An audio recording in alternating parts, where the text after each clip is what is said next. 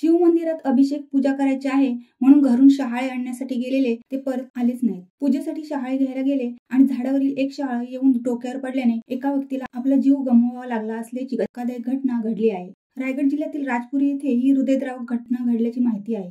जयेश पांडुरंग गीते वय 48 वर्षे, तालुका मुरुड, जंजिरा असं मृत्यू झालेल्या व्यक्तीचं नाव आहे। त्यांच्या मृत्यूची वार्ता गावात पोहोचताच परिसरातून एकच हळहळ व्यक्त होत आहे।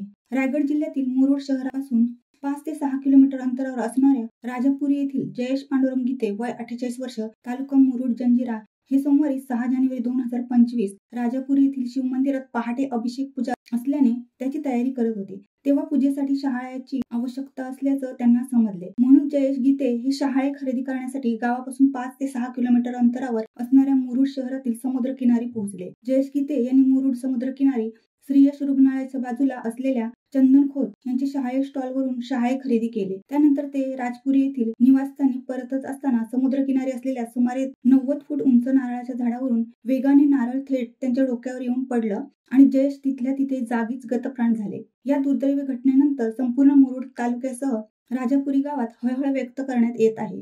मृत जयेश गीते हे राजपुरी कोळीवाडा येथील नौका हरिहरेश्वर या बोटीचे तांडेल आहेत। त्यांच्या पश्चात आई, पत्नी, एक मुलगी व 2 मुलगे असा मोठा परिवार आहे।